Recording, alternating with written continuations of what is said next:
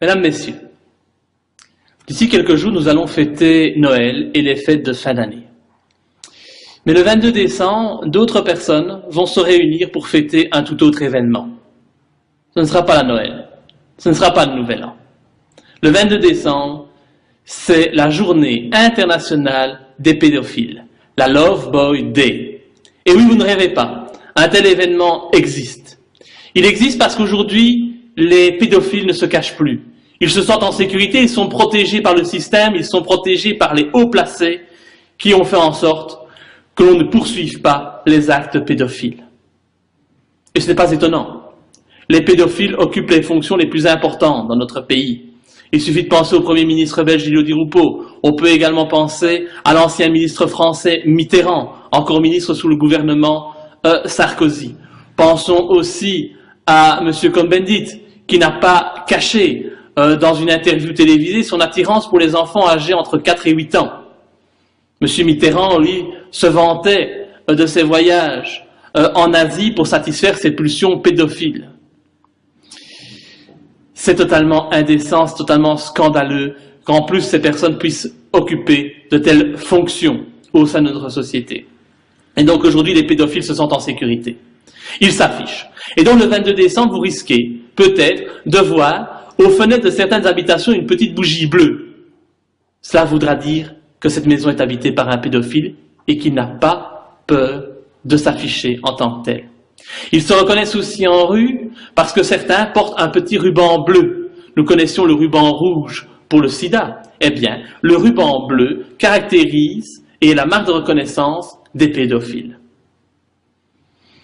Alors aujourd'hui, les pédophiles, on leur laisse tout faire. Ils ont même le droit d'avoir leur fête. Il y a même 2 fêtes de la pédophilie, une à chaque solstice. Et ils vivent en totale impunité. Bien malheureusement, ils sont protégés par le système. Parce que les réseaux pédophiles existent. La pédocriminalité, c'est une réalité.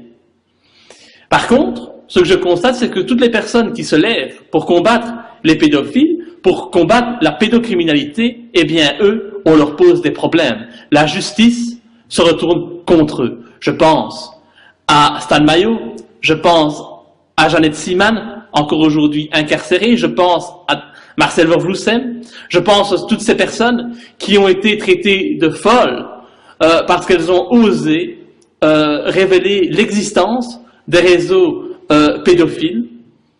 Et pourtant, moi, vous savez, je l'ai constaté de mes propres yeux. Les réseaux pédophiles existent, les abus sur les enfants existent, ce ne sont pas des affabulations, ce sont des choses qui se passent tous les jours.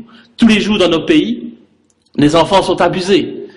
Des enfants, soit des nouveau-nés, ça arrive malheureusement, c'est ignoble, ou des adolescents, des jeunes enfants. Ça touche aussi bien les garçons que les filles. C'est ignoble, mais cela arrive. Il y a même aujourd'hui des enfants, souvent des étrangers en situation illégale et donc qui ne sont pas spécialement recherchés dans nos pays, qui eux sont massacrés, torturés et assassinés pour satisfaire les pulsions morbides de ces détraqués sexuels.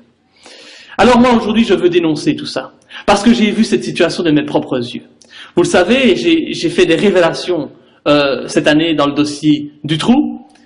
Et la veille des perquisitions qui ont suivi ces révélations, oui, parce que quand on fait des révélations en matière de pédophilie, on doit s'attendre à avoir la visite de la police pour exercer sur vous des pressions et pour essayer de vous faire taire, de vous réduire au silence.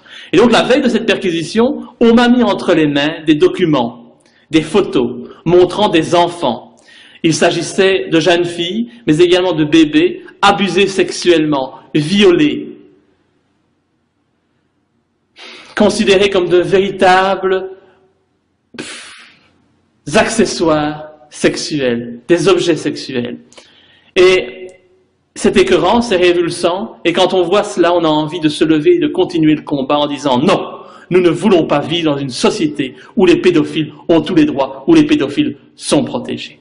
Alors si, comme moi, vous ne voulez plus être réduit au silence, si vous ne voulez plus que les enfants soient en danger, eh bien je vous invite à faire connaître cette fête des pédophiles. Le 22 décembre, 2 jours avant le réveillon de Noël, eh bien les pédophiles fêtent leur criminalité. ils fêtent leur comportement. Et des enfants vont subir les assauts de cette détraquée sexuelle.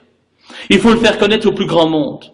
Les pédophiles ne se cachent plus, ils se sentent protégés parce qu'ils dirigent nos institutions, ils dirigent la justice.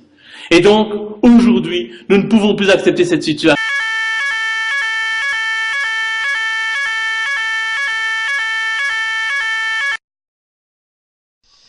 Bonjour à tous, même si cela n'était pas prévu du tout au programme, j'ai décidé d'intervenir exceptionnellement car la situation est très grave aujourd'hui. Je vais tirer la sonnette d'alarme sur la loi Chiappa qui va finalement rentrer en circulation et être mise en application dès la rentrée, ceci dans le plus grand silence, sans votre consentement et pendant les vacances. La réalité cachée concerne les cours d'éducation sexuelle des enfants pour faire de vos enfants de la future chair à pédophiles. Bien sûr, ils ne vont pas vous le dire. En acceptant ceci, vous n'aurez plus aucune éducation ni aucune autorité sur eux. C'est l'État qui va prendre le relais au fur et à mesure pour les manipuler à leur guise, avec un sérieux lavage de cerveau en plus de leur inculquer le contraire des valeurs. Vous n'aurez plus aucun contrôle sur eux en tant que parents, ni droit ensuite, car ils mettront probablement en place des lois les protégeant et permettant aux enfants d'accuser leurs propres parents, sous n'importe quel prétexte. On vous volera là votre propre rôle de parent, en plus de vous humilier. Au final, vous n'aurez plus que vos yeux pour pleurer, et très vite, vous ne reconnaîtrez plus vos enfants. Ils vont en faire des malheureux et des détraqués sexuels. Les pauvres, ils vont être complètement perdus en mélangeant tout. Il faut savoir que la prostitution est désormais une valeur marchande qu'ils comptent faire prospérer très prochainement pour en tirer des sommes colossales comme le trafic d'organes qui est déjà en place. Ainsi, vos enfants vont devenir leurs cobayes.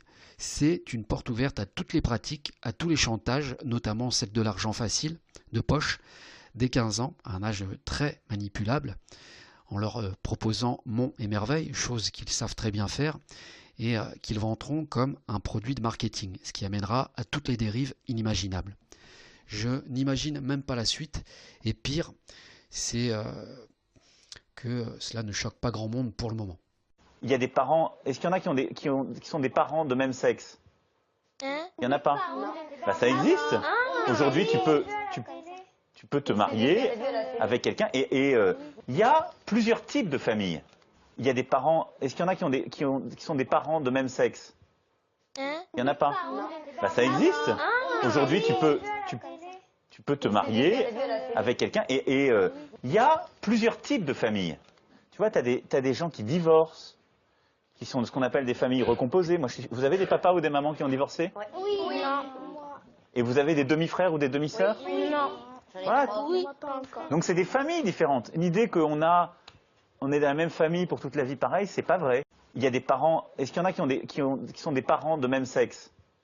Il n'y en a pas? Bah, ça existe. Aujourd'hui, tu peux te marier avec quelqu'un et il y a plusieurs types de familles. Il y a des parents, est-ce qu'il y en a qui sont des parents de même sexe? Il n'y en a pas? Bah, ça existe. Aujourd'hui, tu peux te marier avec quelqu'un et il y a plusieurs types de familles. Tu vois, tu as des gens qui divorcent, qui sont de ce qu'on appelle des familles recomposées. Vous avez des papas ou des mamans qui ont divorcé? Oui. Non. Et vous avez des demi-frères ou des demi-sœurs? Non. Voilà. Oui. Pas encore. Donc c'est des familles différentes. L'idée qu'on